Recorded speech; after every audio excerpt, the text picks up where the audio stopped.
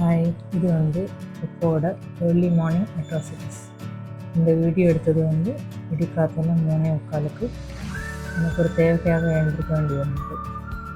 So அவள் கிட்டாரை பார்த்து க்யூரியஸாக இருந்தாள்.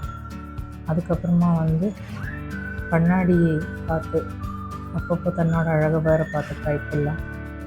ஸோ கண்ணாடி கிட்டே போய் நின்று திருப்பி குறைக்க ஆரம்பிச்சிட்டான். முந்தி பார்த்துட்டு தான் இருந்தாள் க்யூரியஸாக. இப்போ கண்ணாடி கிட்ட பார்த்து குறைக்கிறான்.